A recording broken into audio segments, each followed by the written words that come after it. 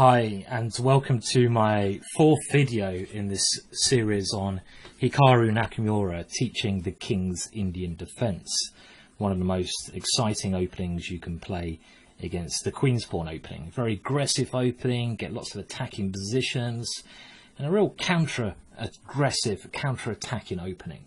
So it's an opening you play if you want to win, and we all know that Nakamura is one such player. And the game we're going to look at here was played in 2013, and you had Peter Svidler, the famous player from Russia, multiple Russian champion and one of the best commentators in the world of the white side, playing against Hikaru Nakamura. And so far in the previous videos I've really just concentrated on the main line. But in this video we're actually going to have a look at a sideline. So of course when you play the King's Indian, you're going to face lots of different ideas. Now, the one thing you've got to do if you're struck by an idea you haven't seen before or prepared is not panic, but simply play the logical, thematic moves that the opening demands you do. And that's one thing I want you to try to take away from this game. We're going to see how Hikaru played some very thematic, very sensible ideas to gain a great position. Okay, on with the game. So the game started d4 and we get into our King's Indian position as such. And I expect you all know this position by now if you've seen the previous videos, so I won't go into the details in too much shall we say, information.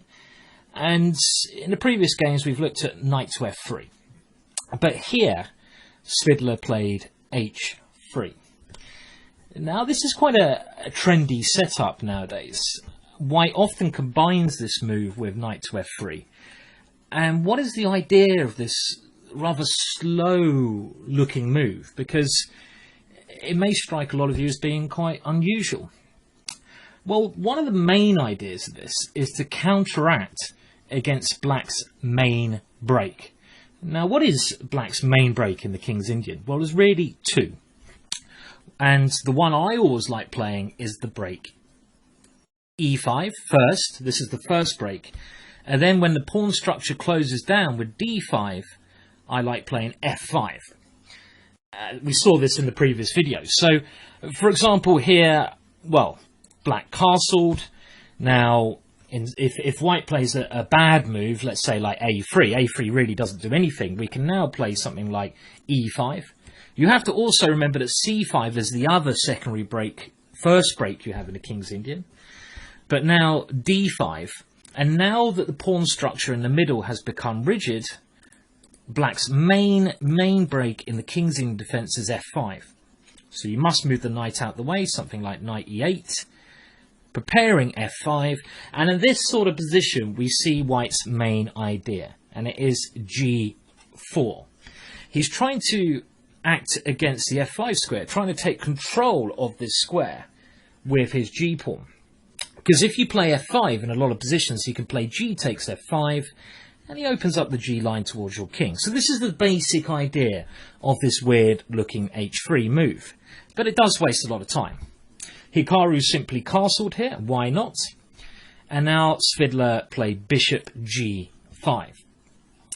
And this is actually aimed against e5.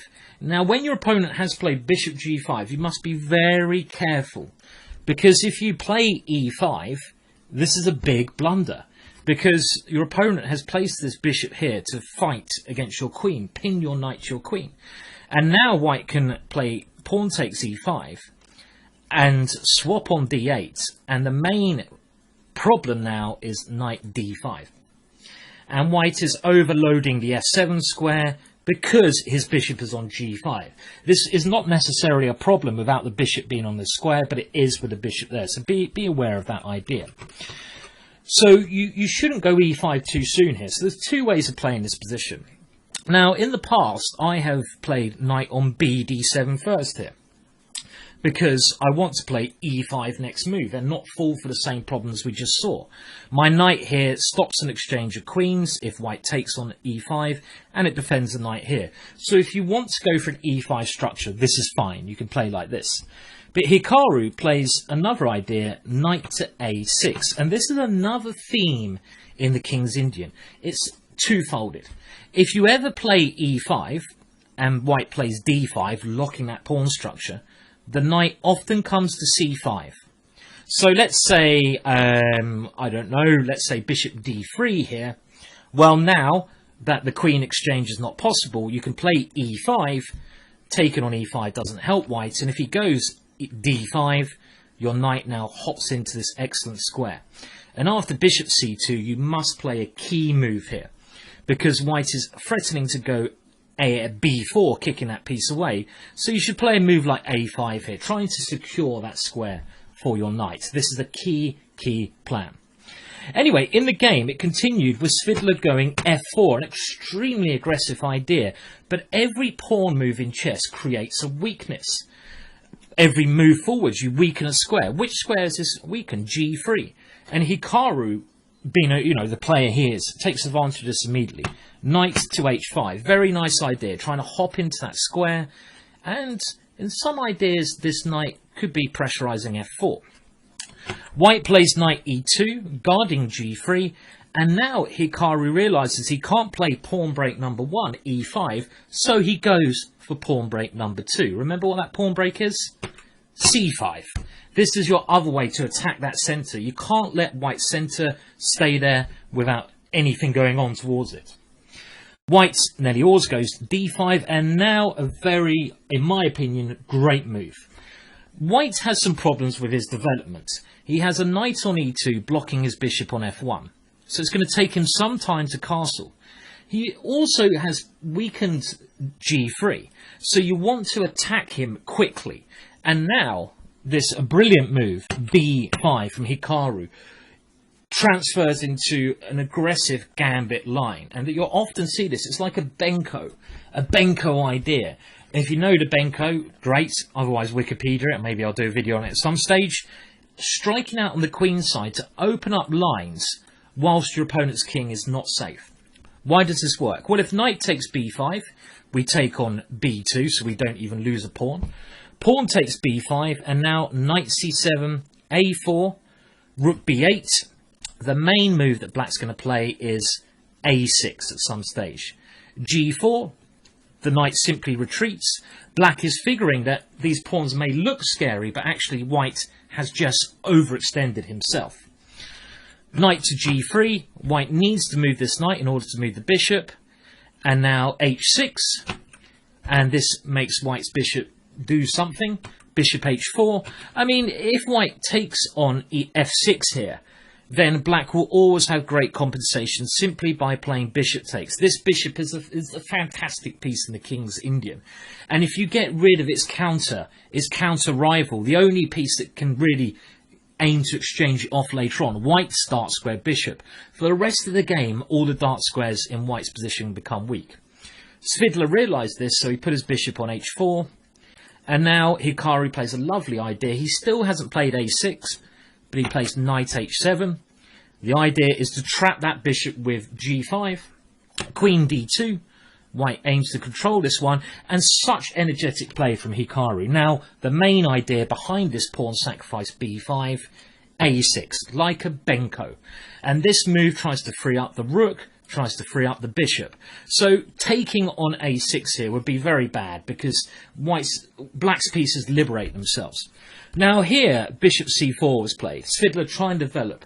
He missed an opportunity here, in my opinion, to go e5. And after pawn takes e5, go knight e4. This is a typical idea with very unclear position. But if you're a King's Indian player, you kind of should relish these unbalanced structures. So bishop c4 was played. Now Hikaru just simply took on b5. White recaptured with the pawn. And now bishop d7, just trying to take on b5 when all of black's pieces spring to life. e5 was now played, but it's a bit late now because bishop takes b5.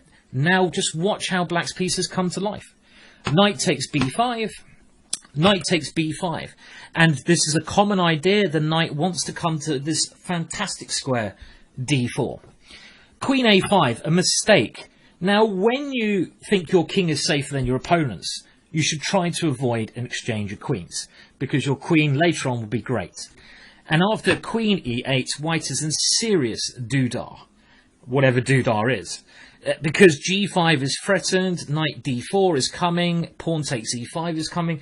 White's pawns, which look so menacing, look at them, coming straight at black, like I said earlier, actually overextended. You can't keep an eye on something that's so far away. You need to have things close to you to be able to protect them. And here, white castle, but now he was in a bad position. Hikaru simply played g5. He's going to win a piece. White gets some compensation, but it's not enough. Let's see the end of the game, but the main fight's over. Knight f5, yes, that is a good piece, but black has an extra piece. Rook e1, pawn takes e5, rook takes. I mean, if pawn takes e5, the black knight would have come to g5, and it's hopeless anyway. A piece at this level is too much. Rook takes, Hikaru says, thank you very much, I will have that for breakfast. e6, kicking these pieces away. There's a spite check. Black is now going for the knight. Queen d2 defending it. Queen d8, a very nice move because Hikaru tries to simply move his queen here. Now he wants to get the queens off because he's material up. Rook f6. The knight comes in. Knight takes f7, and now simply knight takes f6. And it's clear to see that white is running out of bits and bobs here. So another powerful King's Indian defence from Hikaru there. And that just shows you that at some stages of the game, if your opponent does shock you with some strange moves in the King's Indian, like h3, just play normally. Castle. If bishop g5, it's another move you might not be thinking of, so be careful about playing e5, your number one break. In general, when bishop g5 is being played, your secondary break c5 is great. So black now goes to knight a6, and eventually he plays this c5 move. And then the next main idea was this very aggressive idea, b5. And we explained this in some depth, a lovely tactical idea. And with b5, the knight comes back here and you try to open up the position. This wouldn't work so well if white has castled, but he hasn't, so it works well. Well, I hope these videos on the King's Indian defence from learning from Hikaru are helping you. I've actually learned a fair deal myself, so please leave your comments below. And good luck with the opening. Let me know if you want more of these or something else. Cheers for now. Goodbye.